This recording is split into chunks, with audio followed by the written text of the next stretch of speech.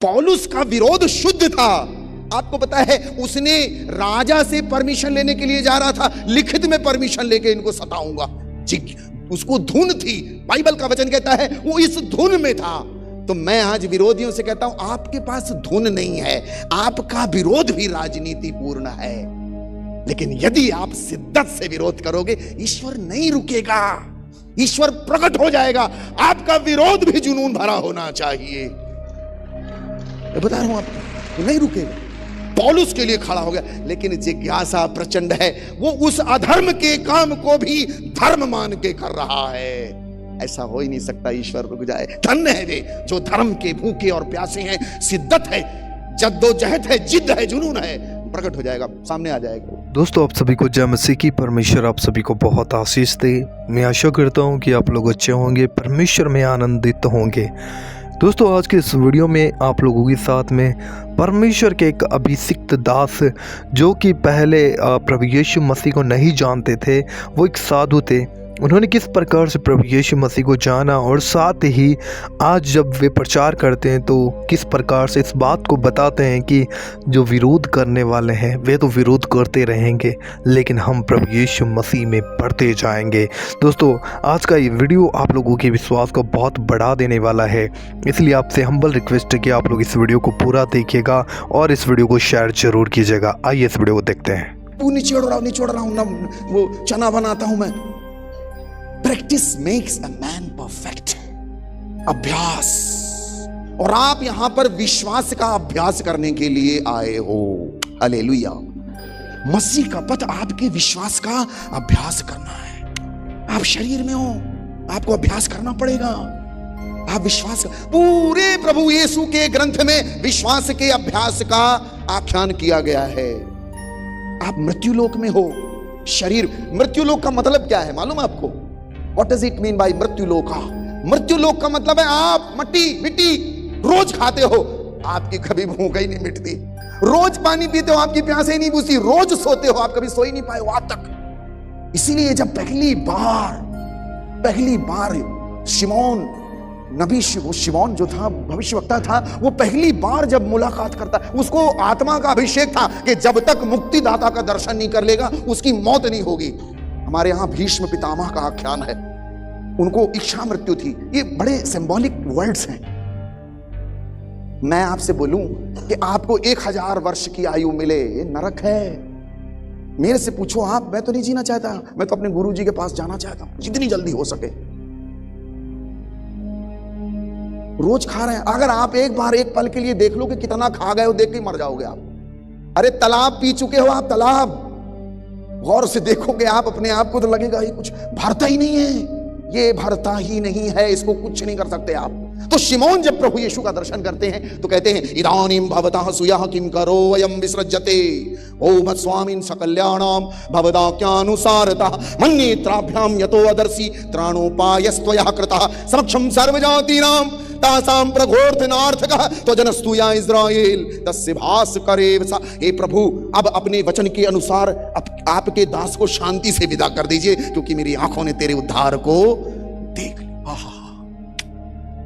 यीशु मसीह विश्राम है, प्रभु यीशु मसीह ठहराव है।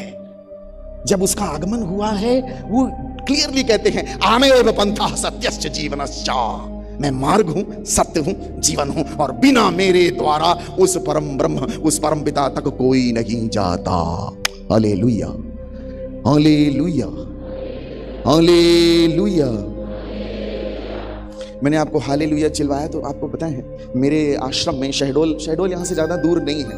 मैंने सन 2008 में एक आश्रम चालू किया, बच्चे गोद लिए मैंने, बच्चे पूरे वहाँ के जितने गांव के बच्चे थे सब मेरे पास, 200 से 250 बच्चे, मैंने उनको हालेलुया सिखा दिया साहब। अभी बड़ा सुंदर मंत्र है ये, आखिरी मंत्र है ये ब्रह्मांड का। अच्छा कहते हैं आदि काल में मंत्र काम करते थे, उसके बाद जो है वो यंत्र काम करने लगे, फिर तंत्र काम करने लगा। अब वर्तमान काल में केवल षड्यंत्र काम कर रहा है, केवल षड्यंत्र चल रहा है चारों ओर। मेरे को तो सरकार ने कपड़ा पहनने पे बैन लगाया हुआ है। मैं आपको पता है वो पोस्टर व्हाइट में लगाया हुआ है, वो पोस्टर जो लगा है वो व्हाइट में। मेरे कई प्रोग्राम भारतीय जनता पार्टी के लोग कैंसिल करवा देते, सुन रहे हैं वो लोग भी। तो मैंने उनको बोला तुम बीजेपी वाले हो, हम भी बीजेपी वाले, भारतीय जीसस पार्टी।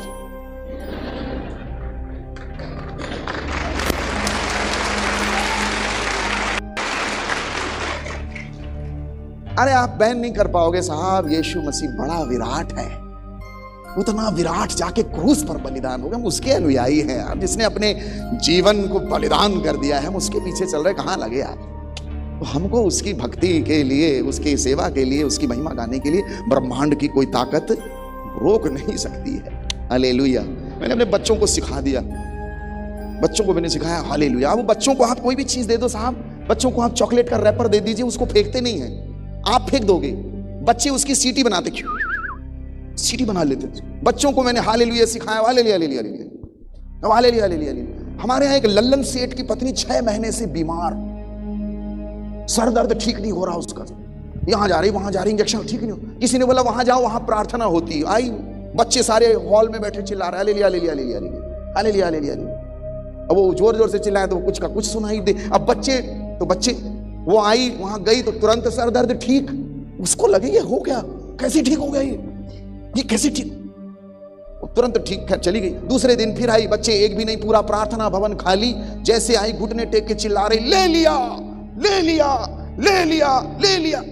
मैं आधे घंटे सुन रहा, मैंने रमेश को बुलाया जो मैनेज कर रहा था, मैंने कहा कौन चिल्ला रहा है ले लिया ले लिया ले लिया ले। बोले बाबा जी आधे घंटे से लल्लन सेठ की पत्नी चिल्ला रही ले लिया ले लिया। मैं कहा यार क्या हो सकता है, तुम ले लिए हो क्या कुछ? बोले नहीं।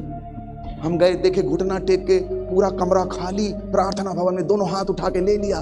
मैंने कहा क्या तू डर गई थी? बोले बाबा जी। मैंने कहा क्यों चिल्ला रही ले लिया ले लिया? बोले आप ही के बच्चे तो कल चिल्ला रहे थे ले लिया। मैंने कहा ले लिया नहीं, हालेलुया। वो मैं उसको सिखा पढ़ा के कमरे में जैसे आया, मेरे कान में एक आवाज आई, नित्यानंद। क्या सिखा रहा था उसको? क्या मैंने तेरा पाप नहीं ले लिया? क्या मैंने तेरा श्राप, तेरा दर्द, तेरी पीड़ा, तेरा अपराध क्रूस पर नहीं ले लिया? आले ले लिया। बोली प्रभु यीशु महाराज की, परम पिता की, पावन आत्मा की, ले लिया। प्रभु ने हमारा ले लिया, श्राप ले लिया। ये कितने सुंदर शब्द हैं। कभी जब हम लोग इनकी गहराइयों में जाते हैं तो कुछ का कुछ निकल के आने लग जाता है। बड़ा गहरा है साहब, अगाध है, अगम है। आपको पता है एक और एक मिलके जब एक हो जाए तो उसको पता है क्या बोलते हैं? अच्छा, नॉर्मल भाषा में एक और एक मिलके 2 हो जाए तो उसको बोलते हैं गणित। एक और एक मिलके 11 हो जाए तो उसको बोलते हैं संगठन। और एक मिलकर एक ही रह जाए उसको प्यार बोलते हैं। और एक मिलके 0 हो जाए उसको अध्यात्म बोलते हैं। और एक को एक से मिलने न दिया जाए उसको राजनीति बोलते हैं। और एक को एक के विरुद्ध खड़ा कर दिया जाए उसको षड्यंत्र बोलते हैं। एक साध है सब सदै सब साधे सब जाए, रही मन मुंह लही सींची बहु फूल ही फल ही अगाए। और इसी एक के साथ हमारा एकाकार होना बड़ा आवश्यक है। मैं अक्सर बोलता हूं, जिन देशों में, जिन जगहों पर बहुत सारे देवी देवता होते हैं, वहां पर आदमी कभी एक नहीं हो सकता। साहब इस बात की बड़ी बड़ी गहराई है। एक ईश्वर को पीछे हम क्यों जा रहे हैं? जिस समाज में एक ईश्वर होगा वो समाज बड़ा बलवंत हो जाता है, मजबूत हो जाता है, क्योंकि एक ईश्वर की धारणा हमको मानसिक रूप से एक करती है। आप भारत में इतनी विविधता देखते हैं ना, जब लड़े मरे जा रहे हैं, उनके पीछे कारण यह है उनके कई देवी देवता। याद रखिएगा। Hallelujah hallelujah. प्रभु यीशु मसीह का यह कहना, मेरे पीछे आओ, आपके अहंकार को विलीन करना है। एक राजा साहब, राजा की गद्दी में बैठने वाला कोई नहीं, राज सिंहासन पर बैठने वाला कोई नहीं, एक बिटिया बस थी। राजा 80 साल का हो गया। राजा ने घोषणा की, पता नहीं मैं कब मर जाऊं। चिंतित, व्यथित, व्याकुल राजा ने कहा, कल सुबह सुबह जो भी नगर की सीमा पर आए उसको पकड़कर उसको राजाभिषेक करके मेरी बेटी के साथ शादी करा कर राजा बना दो। राजा चला गया, बोल के संन्यास्त हो गया। नगर की सीमा पर सुबह सुबह एक जवान फटे चिथड़े हाल, गरीब भिखारी जैसा फटा कपड़ा पहना हुआ, वो नगर की सीमा में प्रवेश किया। उसके मंत्रियों ने, राजा के मंत्रियों ने राजाज्ञा के अनुसार पकड़ा, उसको नहलाया धुलाया और राजाभिषेक करके रानी से, राजकुमारी से शादी करा के राजा बना दी। राजपाट उस आदमी ने बेहतरीन चलाया। और एक सुंदर घटना घटती थी उसके साथ। 20 साल बड़ी भयंकर रूप से उसने सेवा की। एक घटना रोज होती, वो रोज 1 घंटे कक्ष में जाता, डेली 1 घंटे उस कक्ष में जाता और 1 घंटे बाद बाहर आता। एक नया वजीर आया, मंत्री आया, उसने देखा कि राजा जी एक कक्ष में घुसते हैं और 1 घंटा वहां पता नहीं क्या करते। उसने पूछा, राजा जी आप ये कक्ष में जाते हो और ये चाबी भी उस कक्ष की यहां संभाल के रखते हो, ये है क्या माजरा? राजा ने कहा, वजीर आज के बाद कभी ये शब्द, ये बोलना नहीं है, पूछने की हिमाकत मत। तो मंत्री और शंका में आ गया कि कुछ बात है। और धीरे धीरे ये बात चारों तरफ फैली, फाइनल में औरत के पास पहुंच गई, राजा की जो रानी उसके पास पहुंची। औरत के पास कोई चीज पहुंच जाए तो बड़ा खतरनाक। हालेलुया। अच्छा एक बात बताइए, परमेश्वर ने आदम को किससे बनाया था? जोर से बोलिए। हैं? मिट्टी से। और औरत को किससे बनाया है? आदम को मिट्टी से बनाया और आदम के अंदर से क्या निकाली? एक्चुअली में औरत जो है आदम के अंदर से पैदा हुई है। इन द बिगिनिंग ईश्वर का सिस्टम शायद यही रहा होगा कि आदम के अंदर से औरत पैदा होगी। हेलो, बड़ा आश्चर्य लगेगा आपको, लेकिन सिस्टम यही कह रहा है। ईश्वर ने आदम के अंदर से औरत निकाली है, लेकिन उसके बाद उसने वो मोटोरोला वाली कंपनी बंद कर दी। अब औरत के अंदर से आदम निकाल दो। अद्भुत है। पता है क्यों? क्योंकि आदम ने औरत की बात मान ली। हेलो, ये बड़ी सिंबॉलिक लैंग्वेज है। और ईश्वर ने जब आदम को बनाया तो उसको गहरी निंद्रा में सुलाया और कहा, बेटा आज सो ले, इसके बाद तेरी जिंदगी में कभी नींद नहीं आने वाली, तेरी हवा निकालने वाली आ रही। हालेलुया।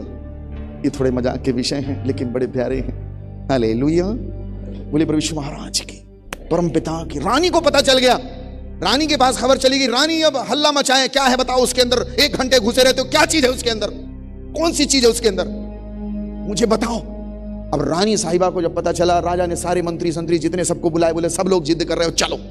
राजा ने वो जो छोटी सी चाबी उनके पास थी उससे वो खोला और दरवाजा जब खोला, सब अंदर गए, उस कमरे के अंदर गए, सबके सब अवाक, सबके सब अवाक। सामने एक हैंगर में फटा चिथड़ा चोला टंगा हुआ, फटा चिथड़ा मैला चोला टंगा हुआ, बदबू आ रही उससे। सब लोग हैरान, बोले महाराज 1 घंटे आप यहाँ इस गंदगी, गंदा चोला, ये फटा चिथड़ा, ये क्या चीज है, ये क्या माजरा है? राजा ने कहा, आज से 20 साल पहले नगर की सीमा में मैं इसी फटे चिथड़े कपड़े के साथ आया था। मैं 1 घंटे यहां बैठता हूं और रियलाइज करता हूं कि मैं हूं कौन, मैं कौन हूं, मेरी क्या औकात है। मैं इसको जब जब देखता हूं नम्र और दीन हो जाता हूं, सरल हो जाता हूं। एक चीज याद रखो प्रियो, आपका देवता, मैं आपको पहले प्रायोरिटी देता हूं, बाद में मैं आता हूं। मुझे तो 25 साल पहले मिला, आप तो पैदाइश मसीह को जानते हो। मुझे बड़ा संघर्ष उठाना पड़ा है इसके पीछे आने के लिए। मेरे माँ बाप ने मेरी बहुत पिटाई की है, सामने बैठे हुए हैं, मैं बहुत कूटा गया हूं। देखिए हंस रहे हो, बहुत कूटा गया हूं, बहुत मारा गया हूं। इस पथ पे आने के समय में मेरी बड़ी कुटाई हुई, बड़ी नाम धराई हुई, लेकिन मैंने एक सिद्धांत पाल रखा था, अपने गुरु का दामन नहीं छोड़ना है। हालेलुया। बोले प्रभु यीशु महाराज की, परम पिता की, पावन आत्मा की। Hallelujah, hallelujah, hallelujah, hallelujah. मैं आपको अपनी कहानी सुना रहा था, अपनी बातें बता रहा था कि कैसे जब मैं यीशु में आया, मैं अपने घर में बताने आया, मेरी इतनी पिटाई हुई। मुझे लगा यार मैं इतने गंदे जीवन को जी रहा था, एक नए रास्ते में आ गया हूं, मेरा जीवन बदल गया है। अच्छा एक बात याद रखिएगा प्रियो, आपको मैं एक बात बता दूं, आप गोबर पूजो कोई नहीं बोलेगा कुछ, यीशु का नाम लेके दिखा दो, आप पीटे जाओगे। आप यीशु का रास्ता बड़ा विचित्र है, और इस रास्ते में ये बड़ा सकरा रास्ता है साहब, चल नहीं पाओगे। और मैं उसका अनुभव करता हूं कि ये रूहानी पथ है, इसमें तगड़ा विरोध है, सगले आपके विरोध में खड़े हो जाएंगे। बोलिए प्रभु यीशु महाराज की, परम पिता की। मैं जब प्रभु यीशु के पीछे, मैं अपने घर से भाग गया साहब। 1 साल मैं अपने घर से फरार था। मेरे माँ बाप ने पुलिस में FIR दर्ज की कि हमारे लड़के को ईसाइयों ने कुछ खिला दिया है, इसको वापस लाएं, उचित इनाम पाएं। घर में हमारे फोन में जो फोन लगा हुआ था, उस फोन में वो पता नहीं क्या क्या मशीनें लगाए थे, कभी तो फोन करेगा ये।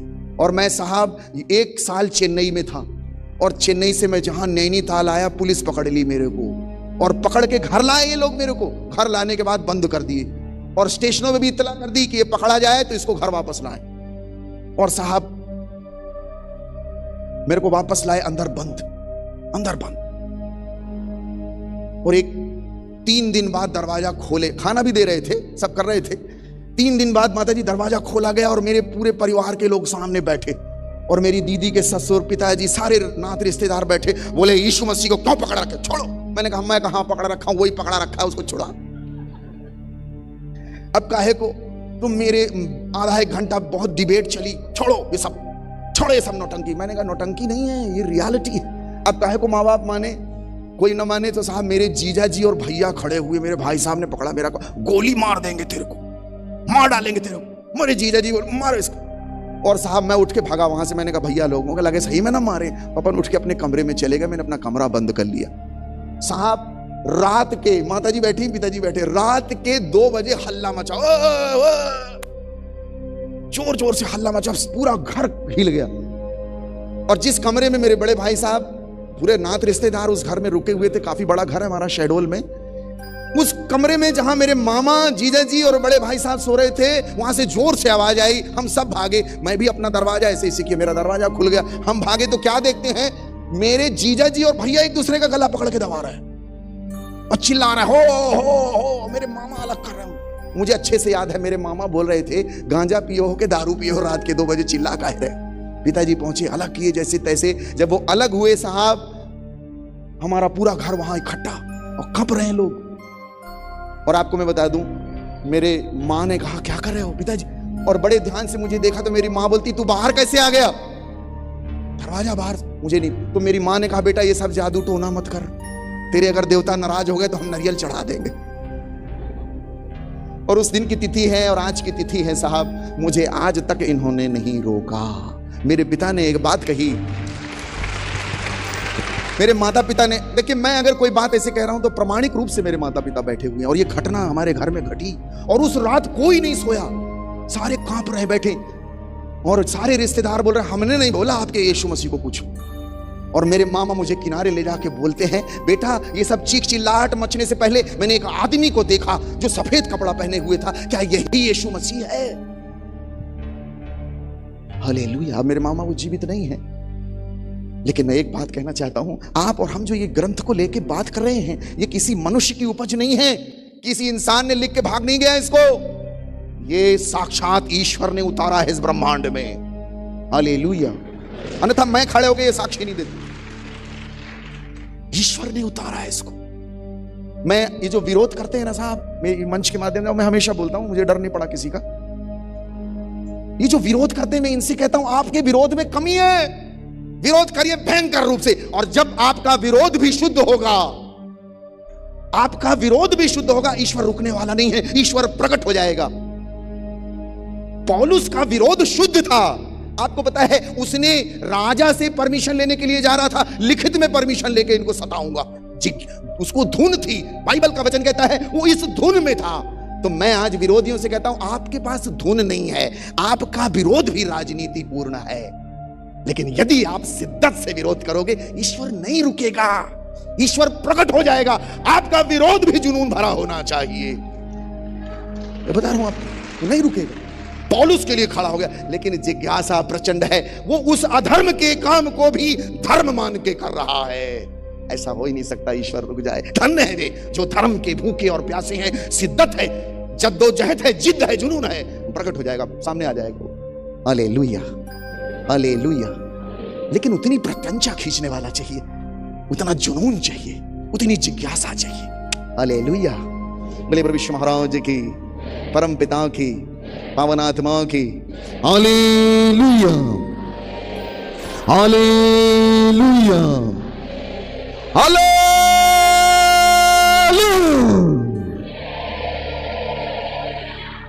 दोस्तों मुझे पूरा विश्वास है कि आप लोगों ने इस वीडियो को एंड तक जरूर देखा है, और इस वीडियो को देखने के बाद में आज आप लोगों का विश्वास जरूर बढ़ गया होगा किस प्रकार से आज लोग प्रभु यीशु मसीह के नाम से आपकी निंदा करते होंगे, आपको विरोध करते होंगे, आपको तरह तरह की बातें बोलते होंगे।